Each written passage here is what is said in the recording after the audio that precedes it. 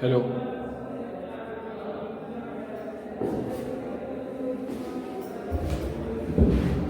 Good afternoon friends, कैसे हो आप सब लोग। काफ़ी दिनों के बाद एक बार पुनः मैं आपके सामने इस ऑनलाइन प्लेटफॉर्म पे आपका हार्दिक स्वागत करता हूँ।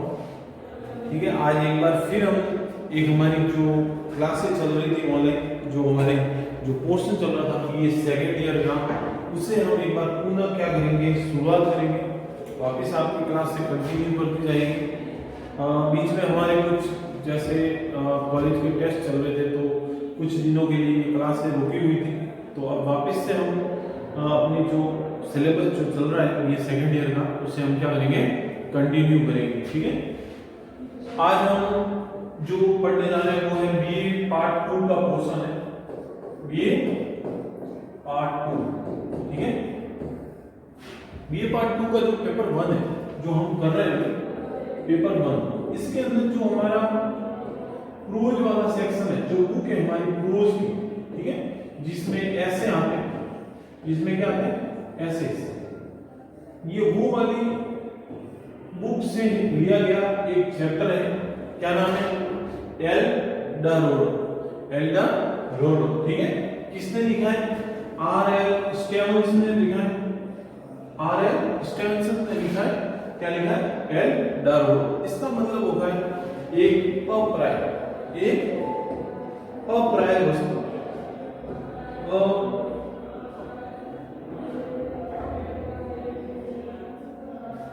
एक अप्राय वस्तु मतलब जिस वस्तु को हम कभी देख नहीं सकते या पा नहीं सकते, उस वस्तु के ऊपर लिखा गया एक सुंदर सा ये क्या है, ऐसे है। ठीक है, आर एल स्टेवेंसन ने जो लिखा है एल डा रोडो। ठीक है, हम कई बार देखते हैं कि एल डा रोडो जो एक नाम है, एक वर्ड है, जो हमने अभी वर्तमान में ही 1-2 साल में बहुत सुना है। मैं आपको याद दिलाऊंगा कि आपने भी सुना होगा ये वर्ड। कहाँ सुना है, आगे जैसे चैप्टर होगा मैं आपको वो चीज भी बताऊंगा। ठीक है, तो एल डा रोडो एक स्टेवेंसन के द्वारा, जो हमारे बहुत ही फेमस लेखक माने जाते हैं इंग्लिश साहित्य के, उन्होंने लिखा है एक बहुत ही सुंदर सा चैप्टर एल डा रोडो की कोई अप्राय वस्तु कभी भी क्या होती है, हमें नहीं मिलती, लेकिन तो भी हम उसकी कल्पना क्या करते हैं, हमेशा करते हैं कि ऐसी वस्तु जो हमने कभी देखी भी नहीं हो, ना हम वहां तक कभी पहुंच सकते हैं, लेकिन तो भी हम क्या करते हैं, उसकी कल्पना करते हैं। जैसे हम कहते हैं ना कई बार कि सितारों को तोड़ के लाए, तारों को तोड़ के लाए, लेकिन हम क्या वास्तव में वहां पे जाके ला सकते हैं? क्या नहीं ला सकते, क्योंकि जो तारा होता है उसका जो सेल्सियस, उसकी जो एक कहते हैं ना उसका जो टेम्परेचर होता है वो 5000 डिग्री सेल्सियस है। आप उसके पास जाते ही क्या हो जाओगे, जल जाओगे। ठीक है, तो ये जो बातें हैं ये काल्पनिक ही क्या है, अच्छी लगती है। तो उसी तरह से एल डा रोडो भी क्या है, एक ऐसी जगह है जो कि क्या है, कल्पना के अंदर है, वास्तविकता में ऐसी कोई जगह नहीं होती। ठीक है, तो उसी के ऊपर एक सुंदर सा ऐसे जो हम क्या करेंगे, यहाँ पे पढ़ेंगे। अब चलते हैं हम अपने इंट्रोडक्शन की तरफ। जो हमारे आर एल स्टेवेंसन है, इनके बारे में देखेंगे कि ये व्यक्ति किस तरह से अंग्रेजी साहित्य के अंदर अपना नाम बनाना। ठीक है, ऑथर का इंट्रोडक्शन देखेंगे। सबसे पहले हम देखेंगे कि रॉबर्ट लुईस, जो हमारे आर एल स्टेवेंसन है, इनका पूरा नाम क्या है? Robert Louis Stevenson. ठीक है, ओरिजिनली इन्हें क्या कहते थे? लेविस कह के बुलाते थे इनके मित्र, इनके जो दोस्त थे, इनके जो परिवारजन थे, वो इनको क्या कहते थे? लेविस नाम से पुकारते थे। बेलफोर वाज बोर्न इन 1850। अब इनका जन्म कब होता है? 1815 के अंदर इनका जन्म होता है। ही स्टडीड लॉ, ये क्या पढ़ते हैं? वकालत की पढ़ाई करते हैं, लॉ की पढ़ाई करते हैं। कहां पे करते हैं? Edinburgh university. एडिनबर्ग यूनिवर्सिटी, जहां पे इनकी क्या होती है, लॉ की एजुकेशन होती है। And he had a close friendship with W E, और इनकी जो क्लोज फ्रेंडशिप है वो किसके साथ होती है? डब्ल्यू.ई हेनले। डब्ल्यू.ई हेनले इनके क्लोज मित्र होते हैं, इनके अच्छे दोस्त होते हैं, जिनके साथ इनकी क्या बनती है, अच्छी बनती है, जिनके साथ इनकी अच्छी एक दोस्ती होती है। फिर हम देखते हैं कि इन 1880 में ही मैरिड टू फैनी ऑस्मन। फैनी ऑस्मन के साथ ये क्या करते हैं? शादी करते हैं। His major work were an inland voyage, an inland voyage, जो कि इनका क्या है, महत्वपूर्ण काम है, बहुत फेमस होता है। कब होता है? 1878 के अंदर। 1878 के अंदर एन इंग्लैंड वॉयज एक इनकी सबसे अच्छी कृति मानी जाती है। फिर हम देखते हैं कि travel a donkey in the Cevennes, travel a donkey in a Cevennes भी इनकी एक सुंदरतम क्या है, एक सुंदरतम इनकी कृति है, जो कि हम देखते हैं। फिर हम देखते हैं कि द सिल्वर एरो स्टार्टर्स, जो सिल्वर एरो स्टार्टर्स है, ये भी इनकी क्या है, अच्छी कृति है। और इसी तरह से ट्रेजर लैंड है, the strange case of doctor Jekyll and the mister Hyde है। इसके बाद हम देखेंगे किडनैप है और the master of a Ballantrae. ये सारी जो बुक्स हैं, ये इनके कुछ फेमस काम हैं जो कि हम देखते हैं आर.एल. स्टेवेंसन के, रॉबर्ट लुइस स्टेवेंसन, और ओरिजिनली इनको नाम किस नाम से जानते हैं, लेंस के नाम से जानते हैं। इनकी डेथ क्या होती है, he died from the brain haemorrhage, brain haemorrhage से इनकी क्या हो जाती है, मृत्यु हो जाती है। और वो कहाँ होती है, सेमोआ, सेमोआ जो एक जगह है, वहां पे 1894 के अंदर इनकी क्या हो जाती है, डेथ हो जाती है। ये एक छोटा सा क्या था, इंट्रोडक्शन था किसका, हमारे रॉबर्ट लुइस का, ठीक है। फिर हम देखते हैं कि किस तरह से ये जो व्यक्ति थे, इन्होंने बहुत बड़ा योगदान दिया हमारे अंग्रेजी साहित्य के अंदर। उसके बारे में देखेंगे किस तरह से जो ये हमारा ऐसे है, ये बड़ा महत्वपूर्ण है। अब हम देखेंगे कि इंट्रोडक्शन ऑफ द एसे, जो हमारा ऐसे है, इसके बारे में हम देखेंगे यहाँ पे। इसका एक इंट्रोडक्शन देखेंगे कि इसकी जो मेन थीम है क्या है, एल्डर क्यों लिखा गया ऐसा, जो ऐसे उस समय जब दर्शक जो हमारे जो श्रोता थे इनके, क्यों इनको इतना पसंद आया, जो ये एक एल्डर जो प्लेस थी, जो एक काल्पनिक प्लेस मानी जाती है। और ये ऐसे उसी के चक्कर में क्या था, लोगों को बहुत ज्यादा पसंद आया था। हम देखते हैं सबसे पहले Eldorado means a imaginary land of a gold. यह एक इमेजिनरी लैंड है, एक काल्पनिक जगह है, इसकी सोने की खदान की, सोने की, ठीक है। या हम कह सकते हैं ना कि लंका, कहते हैं कि सोने की लंका थी, लेकिन हमने वास्तविकता में तो देखी नहीं, लेकिन आज भी हम क्या कर सकते हैं, इसकी कल्पना कर सकते हैं। तो उसी तरह से एक इमेजिनरी एक लैंड था, एक जगह थी जहां पे क्या था, सोना था, गोल्ड था, ठीक है।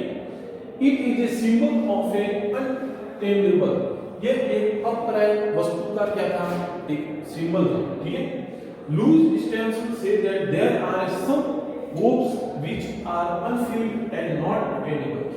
रॉबर्ट लुइस ये कहते हैं कि कुछ ऐसी वस्तु होती है, कुछ ऐसे होप्स होते हैं, कुछ ऐसी आशाएं होती है हमारी, जो कभी भी क्या है, फिल नहीं हो सकती, लेकिन तो भी हम क्या करते हैं, उसको फिल करने के लिए क्या करते हैं, कोशिश कर सकते हैं, उसे हम पाने के लिए क्या कर सकते हैं, हम कुछ कर सकते हैं। बाकी ये भी है कि कुछ ऐसी महत्वपूर्ण आशाएं होती है जो हम कभी भी पा नहीं सकते। हमें पता होता है कि हम तारे तक नहीं पहुंच सकते, लेकिन तो भी हम क्या करते हैं, तारा तोड़ के लाएंगे। तो उसी तरह से ये भी क्या है, एक अनफिल्ड प्लेस है, ठीक है। Such an insinuation keeps us full of activities which lead on a work and pleasure। और वह चीज हमें क्या करती है, अपने काम के ऊपर, अपने प्लेजर के ऊपर हमेशा हमें क्या रखती है, फुल ऑफ एक्टिविटी, मतलब हमें हमेशा जोश से पूर्ण रखती है, जोश से भरा हुआ रखती है कि हम अपने जो हमारी जो वस्तु है, जो हमारी जो आशाएं होती है, जो हमारी अप्राय वस्तु है, उसके लिए हम क्या करें, कोशिश करें, उसको पाने के लिए हम क्या करें, ज्यादा से ज्यादा काम करें। फिर हम देखते हैं कि he believes that the interests are plucked up to sow again। फिर इन्होंने कहा कि इनका जो एक इंटरेस्ट था वो क्या था, pluck up, sow again। और वो इनका कहते हैं कि इंटरेस्ट जगना किसी वस्तु के लिए, वो एक महत्वपूर्ण चीज थी। Love's need struggle but marriage is not for end। वो कहते हैं कि प्यार हमेशा क्या मांगता है, स्ट्रगल मांगता है, लेकिन इसका मतलब ये नहीं है कि शादी होते ही वो क्या हो जाएगा, एंड हो जाएगा। स्ट्रगल हमेशा क्या होता है, जब प्यार होता है तो स्ट्रगल होता है प्रेमियों के बीच में, लेकिन ये जरूरी नहीं है कि जैसे शादी हो गई तो वो स्ट्रगल क्या हो जाएगा, खत्म हो जाएगा। फिर हम देखेंगे life is a series of problems. ये जीवन क्या है, बहुत सारी अघटना जो हमारी जो प्रॉब्लम्स है, समस्याएं, उनका ही क्या है, एक सीरीज है, ठीक है। फिर कहते हैं कि it takes us two different sorts of difficulty, और ये जो जीवन है हमें अलग अलग घटनाओं में, अलग अलग सॉर्ट्स में, हमें अलग अलग मुसीबतों से हमें सामना करना क्या करता है, सिखाता है। फिर हम देखते हैं कि husband and wife should be kind and friendly to each other. ये कहते हैं कि जो हस्बैंड और वाइफ है वो हमेशा एक दूसरे के साथ कैसे होने चाहिए, फ्रेंडली होने चाहिए, एक दूसरे के साथ मित्रवत होने चाहिए, ठीक है। फिर कहते हैं कि adventure and dream should always be there to take as a wonder and delight. और जो जीवन के अंदर एडवेंचर है, जो अप्राय घटनाएं हैं, ठीक है, एक डियर ड्रीम्स है, जो आशाएं हमारी, वो हमेशा हमें क्या करती हैं, एक वंडर, एक आशा, डिलाइट, एक संभावना, एक अच्छी कह सकते हैं कि एक अच्छी आशा के प्रति हमें हमेशा क्या करते हैं, उसके प्रति हमें कार्यवत रखती है, हमेशा उसको पाने के लिए हमें क्या रखती है, जोशीला रखती है, जो क्या है, एडवेंचर है जी। फिर हम देखते हैं it is only there that it is certain on the earth. एकमात्र ऐसी वस्तु है जो कि क्या है, डेथ, ये निश्चित है। इस मृत्यु को हम ना तो कभी छूट के हम इसे कह सकते हैं कि इसे वापस भेज सकते हैं, और जब जिस दिन हमें अगर मृत्यु आएगी तो वो हमें उस दिन लेके जाएगी। विश्व में धरती के ऊपर एकमात्र अप्राय वस्तु क्या है, जो कि एक प्राय वस्तु क्या है, मौत, डेथ। बाकी सारी वस्तु क्या है, अप्राय, जो कि क्या है, कभी हो नहीं सकती, लेकिन हम उसे कभी पा भी नहीं सकते। लेकिन मृत्यु एक ऐसी चीज है जो हम कहीं पर भी छूट जाएंगे तो भी हमें जिस दिन जाना होगा उस दिन तो देकर जाएगी, ठीक है। फिर हम कहते हैं कि at the last the essays say that the travelling is better than reaching the destination.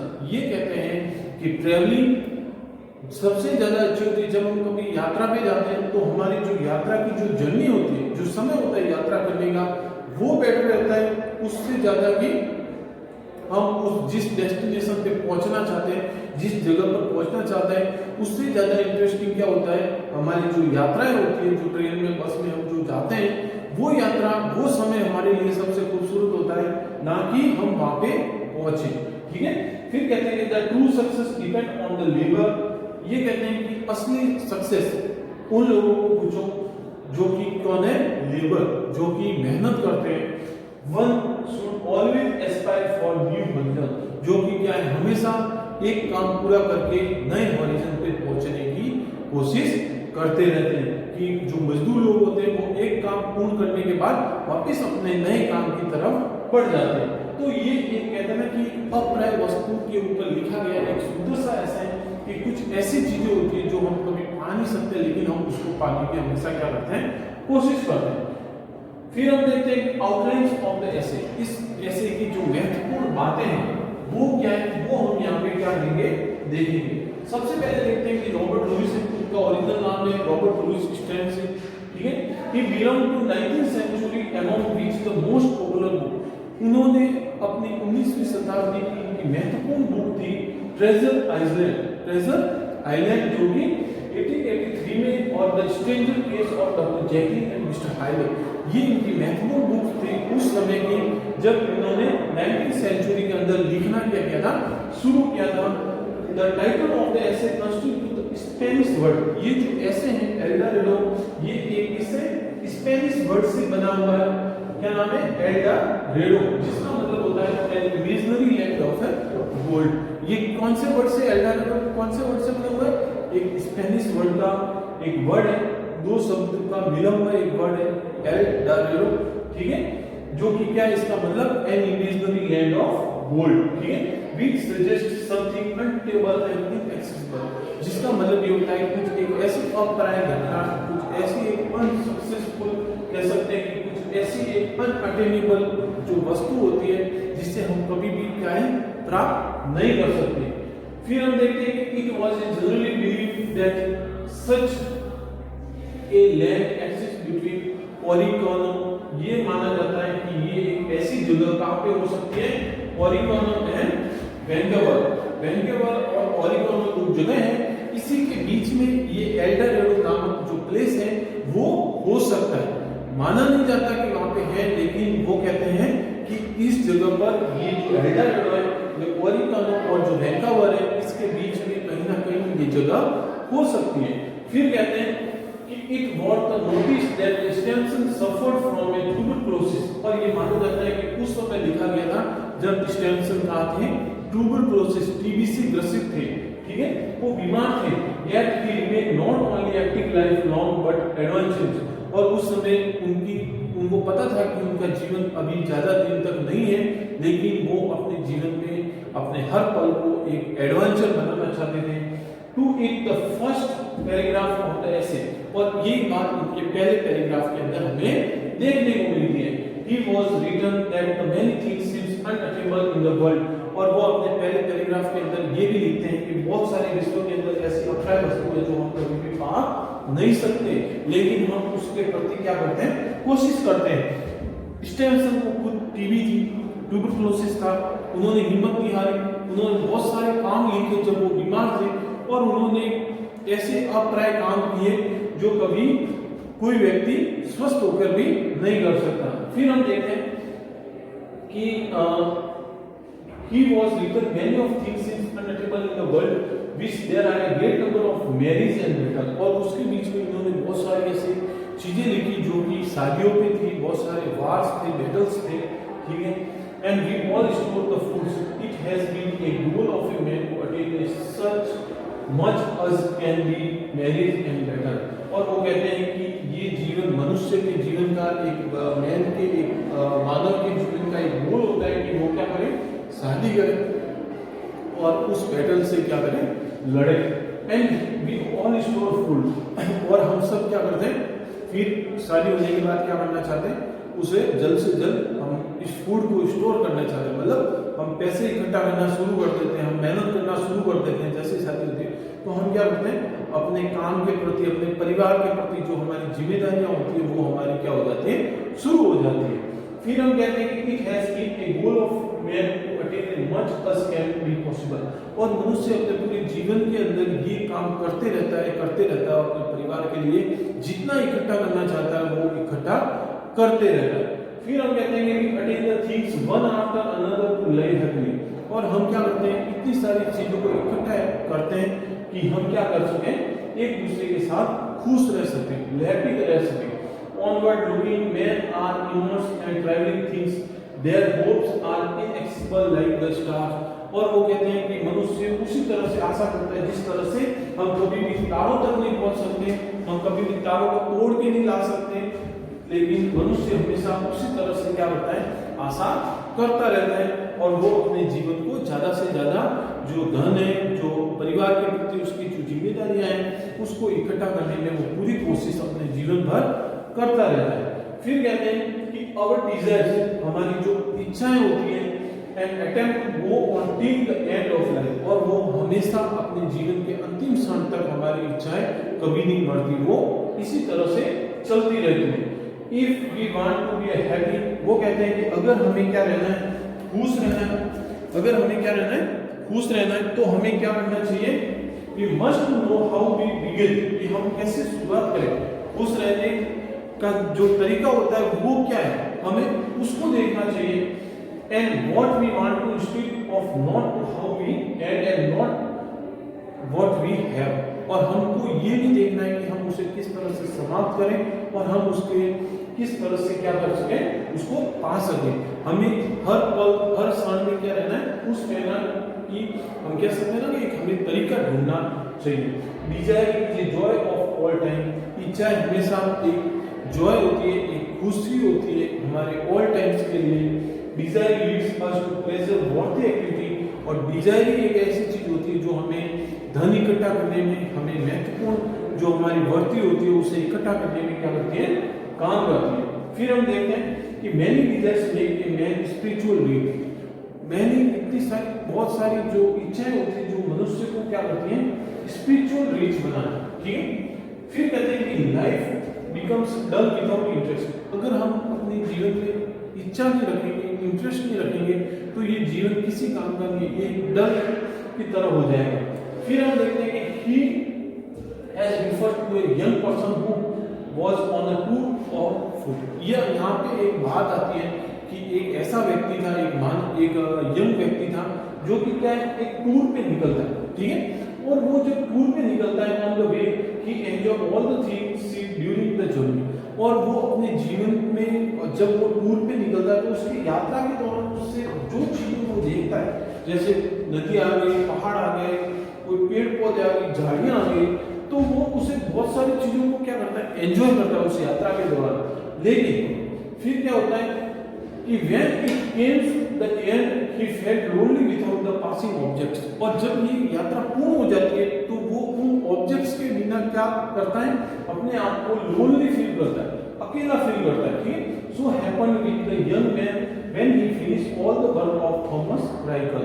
एक व्यक्ति ऐसा होता है कि वह अपने जीवन में जो थॉमस क्राइकल करके जो बहुत बड़े लेखक हैं, उनके जितने भी काम हैं, जब वो पढ़ लेता है सारा सब कुछ, तो भी वो क्या रहता है, जब पढ़ लेते हैं, उनकी सारी कृतियां पढ़ लेते हैं, तो उसके पढ़ने के बाद वो वापस क्या हो जाता है, दुखी हो जाता है। And the 10 notes of the Frederick the Great. और द फ्रेडरिक द ग्रेट सबसे बड़े लेखक थे, उनकी जो 10 बुकें हैं वो पढ़ने के बाद भी वो क्या होता है, दुखी हो जाता है कि अब मैं और कहां से पढ़ने के लिए लाऊं, क्योंकि आदमी की जो इच्छा होती है वो कभी भी क्या होती है, समाप्त नहीं होती। फिर कहते हैं कि Alexander also felt miserable when he had subdued the world. Alexander the great जब पूरे विश्व को जीत लेता है, तो जीतने के बाद वो खुद भी क्या हो जाता है, अपने आप को अनिश्चित महसूस करता है, उसे और जीतने के लिए और जगह चाहिए। वो कहता है मैंने पूरे विश्व को जीत लिया, लेकिन अभी भी मेरी इच्छा नहीं हुई।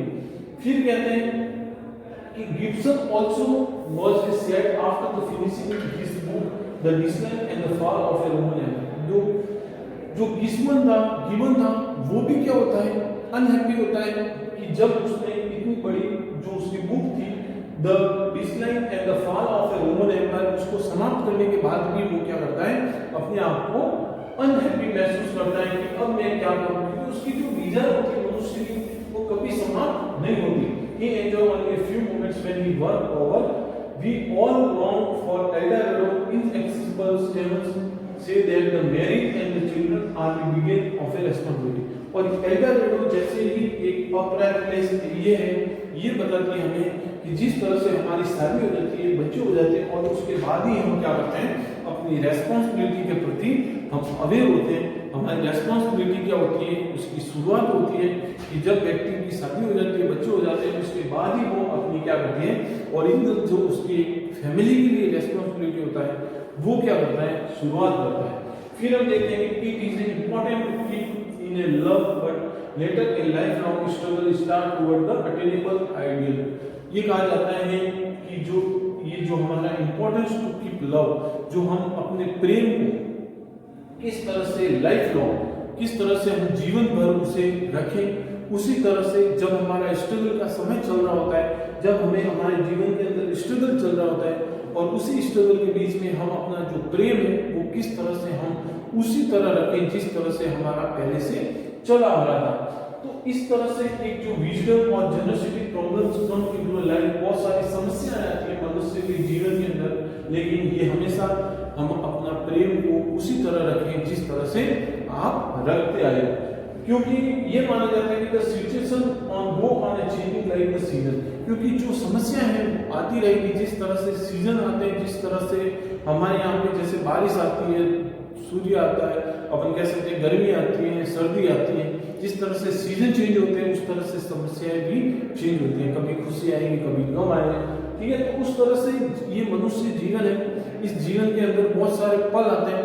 आपको हमेशा कैसे रखना है, एक अप्राय वस्तु की तरह रहना है, जो बिना किसी छेड़छाड़ के, बिना किसी कह सकते हैं कि बिना किसी संकोच के, बिना किसी प्रभाव के वो सेम रहती है, उसी तरह से आपको भी क्या रहना है, हमेशा जीवन में सेम स्थिति में रहना है। फिर हम कहेंगे कि in the concluding paragraph he say that he make a strange picture of a life and keep reading, we all know that we all never reach the gold Eldorado. और इस पूरे पैराग्राफ के अंदर हमें ये पता चलता है कि हम कभी भी ये जो एल्डोरेडो जैसी प्लेस है, जो गोल्ड प्लेस है, वहां पे हम कभी भी नहीं पहुंच सकते, लेकिन हम क्या कर सकते हैं, उसके लिए हम कोशिश कर सकते हैं, हम उसके लिए एक आशा कर सकते हैं कि ऐसी जो जगह हम जरूर एक ना एक दिन देखेंगे। फिर हम कहते हैं कि travel hopefully is better thing than arrive, और कहते हैं कि जो यात्रा होती है वो ज्यादा खूबसूरत होती है ना कि जब हम किसी जगह पर पहुंचे।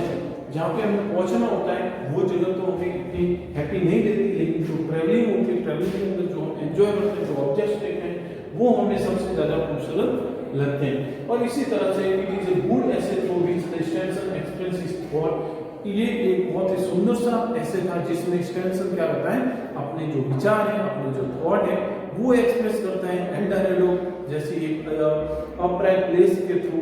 और फिर कहता है कि it's a such sensible and pleasing manner that thought provoking essay become a what can review time and again. और ये जो थॉट से ये जो इसकी प्रोवोकिंग जो ऐसे हैं, ये बहुत उस समय लोगों को पसंद आता है, लोग इसके विचारों से बहुत प्रभावित होते हैं। और ये कह सकते हैं कि ये एक मैसेज था उस समय लोगों के लिए कि तुम फालतू के व्यर्थ कामों में मत घुसो ना, आप ऐसे व्यर्थ में समय के बाद गवाओ, आप क्या करो अपने ये स्टडिंग का टाइम तो भी आप अपना जो समय है, अपना जो प्रेम है वो उसी तरह से क्या करो बरकरार रखो। अब देखेंगे हम आगे जो हमारा इंपॉर्टेंट क्वेश्चन बनता है इस ऐसे के थ्रू, उसको हम देखते हैं कि क्या क्वेश्चन बनता है कि summarise Stevenson's view express in the essay El Dorado. इसके अंदर जो हम हमारे जो स्टेनसन है इनके जो व्यू जो अभी मैंने बताए उसको ही क्या करना है आपको इस क्वेश्चन के अंदर एक्सप्रेस करना है। तो आई होपफुली आपको ये ऐसे समझ में आया होगा, ठीक है। बहुत ही सुंदर सा ऐसे छोटा सा ऐसे आप कोशिश कीजिएगा एक बार पढ़ के, ठीक है। तो इसी तरह से हम एक बार पुनः आपकी नई क्लास के साथ मैं आपके सामने पेश होगा, नई क्लास लेके आऊंगा। तब तक के लिए थैंक यू।